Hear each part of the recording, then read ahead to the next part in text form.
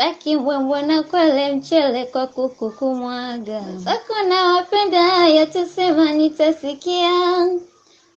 Hello, my new friends. My name is Jennifer Boyd. I practice medicine in the United States, and I do that as a licensed physician assistant. We can diagnose, we can order medications, we can perform surgeries if our training allows us to do that. So this profession only became available in the United States probably back in the 1950s. So we can't do everything. There's a legal requirement that I have some kind of relationship with a physician. I have a physician who works in the same town that I do, and we both see separate patients, but I know if I have something that I just wasn't trained in, I don't have the exact same training as a medical doctor, I can call her up and ask her questions or ask her to finish treating the patient. But the great thing about the profession is there's no limit to what you can learn. I continue to learn. I've been a PA for 20 years, and this was my second career. So what I do now is I treat in more of an alternative medicine fashion. The Western model of medicine is what we call conventional or allopathic. That's pretty straightforward. You get the textbooks, you learn everything, and you learn this is what we think we know. This is what the infection is, and this is the pharmaceutical drug to treat it. And it's sort of like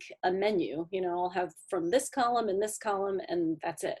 And it's pretty limited. I will say there's some things that Western medicine absolutely excels at. Surgical things, very acute conditions, things that are short-term, happen suddenly. Western medicine does not do well with chronic conditions. Maybe in your country you struggle with a lot of malaria that can go on for a long time. They might have lingering, continuing problems. And Western medicine tends to just sort of lose the thread about how to help people when that first line of therapy just doesn't do everything we had hoped it would do. So alternative medicine is the pursuit of saying, how can I really make this problem go away? Not just treat it with an antibiotic or offer the patient surgery, but can I really listen to how these symptoms started for the person and help them figure out oh, okay, based on what you told me, it sounds like you were under a lot of stress during that time, and that may have caused your immune system to go down and be out of balance,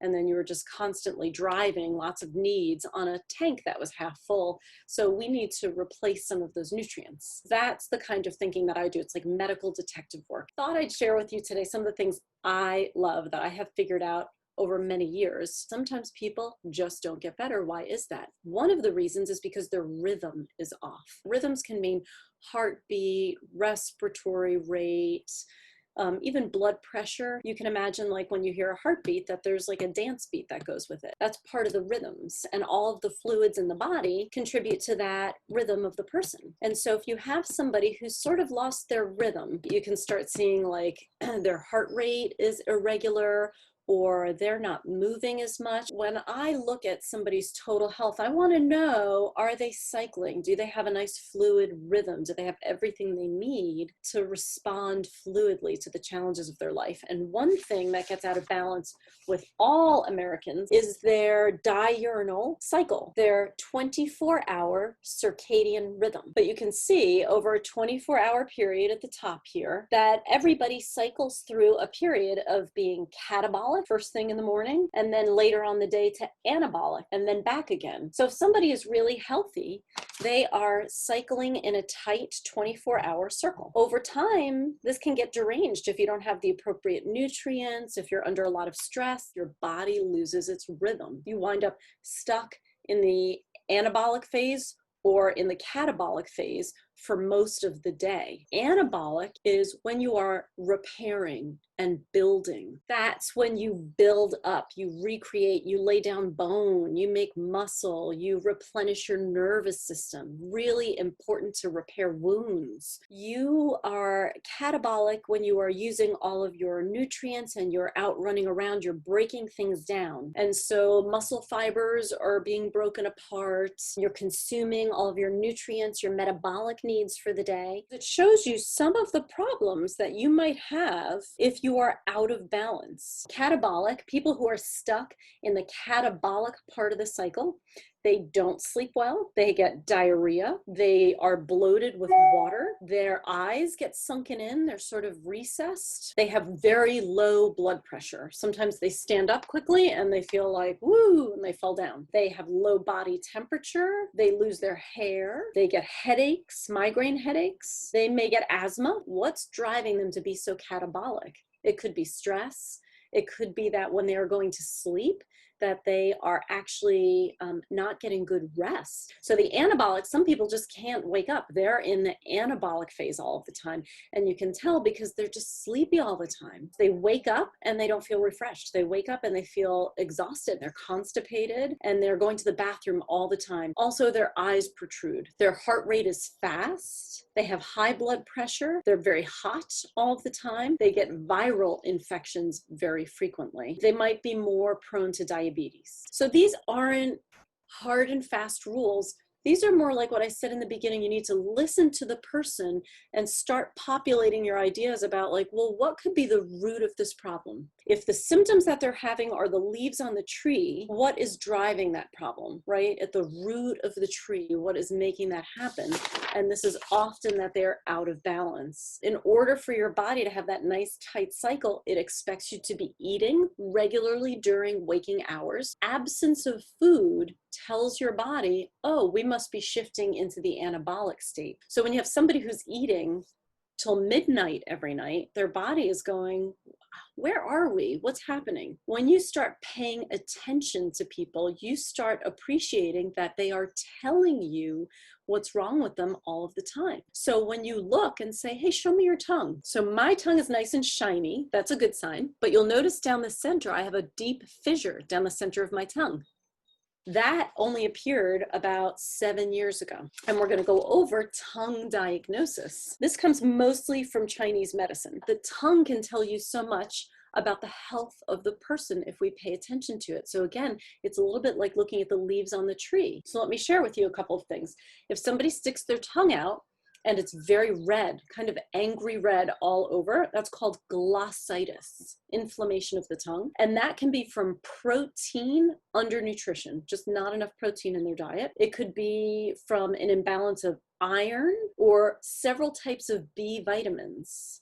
If somebody is saying, oh, you know, their tongue looks red and it's burning, that could be from a deficiency of zinc or vitamin C. If they have fissuring, as I do, that's often because they have a deficiency of a B vitamin called niacin, or that they have some issues in their gut. Sometimes you'll look at somebody's tongue and it will look black, like it's kind of got like a hairy black coating. And that one can be associated with taking medications like sulfur or Pepto-Bismol. There's so many things that the body can tell you just by looking at it. And lastly, I just wanted to show you this fun chart about digestion. There's 3 phases of digestion: the cephalic, the gastric, and the intestinal phases. And that's important because when we're looking at people who are out of balance, one of the reasons that they get out of balance and they start to have symptoms is because their digestion is off. So it's important to know that there's actually 3 phases of digestion. It doesn't all happen in your stomach. First phase is in the head. It's called cephalic. And that first phase is really important. So I often ask people to slow down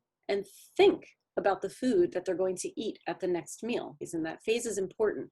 That pause when you think about food, or the first phase, the cephalic phase, where your body starts to mobilize all of the energy it takes to digest your food. It's really important because the first stage of breakdown of food happens in your mouth.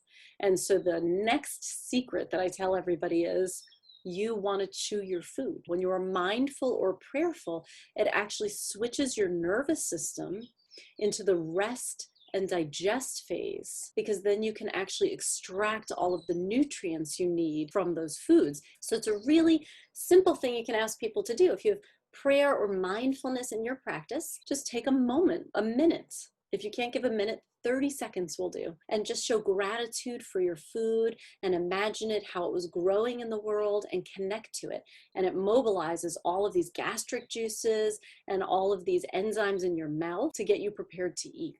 First 5 minutes of your meal, try to take small bites and chew your food so thoroughly that your food becomes sluice. And sluice is when you have chewed something down to the degree that it is just liquid. That's actually how your body expects that food to come in. But people tend to take giant bites and swallow it whole, usually with a big gulp of water, which means you've washed away all of your digestive enzymes. Really, what you want to do is slow it down, chew very carefully, very thoroughly until it's liquid, and then swallow it. You will have accomplished a huge amount towards getting that food properly digested. So that's just the cephalic phase, right? We haven't even gotten to the stomach yet. When it gets into the stomach, you want that stomach ready, willing, and able. You want that stomach to have a nice rhythm so that it can churn and mix your food with acid and help you break it down further. After that, it's going to go into the intestines, the third phase. And that third phase is where all of the magic happens. And what happens is that acid and all those digestive enzymes that came into the stomach just get secreted in little bloop into the intestine. And when that happens, it triggers a reaction and your intestines say, oh, let's call for more digestive enzymes. And the bile comes in and pancreatic enzymes get joined in the intestines with your food. So interestingly, we always think about food liberating the chemicals that we know about. But what we don't realize we get out of that is, let's call it a volcano of energy, because you've got acid meeting bicarb, stomach acid meeting intestinal bicarb, you get a huge explosion. And that energy is so intense that it breaks apart bonds. And when you break apart those bonds on the cellular level, you release energy in forms of light. All of the light that was harnessed in those greens that the goat ate, or the greens that you ate straight from the garden, those bonds, when they break apart, give you the quantum energy every time they do that. Isn't that fascinating? We do know that that energy exists and it can neither be created nor destroyed. But you are very welcome here. And if you have any questions, you can send them on to Lila, and I'm sure she'll share with you how to get in touch with me. Okay, this has been an absolute honor and a pleasure. Nanipaga moyo nikianza kulia chozi nafutia.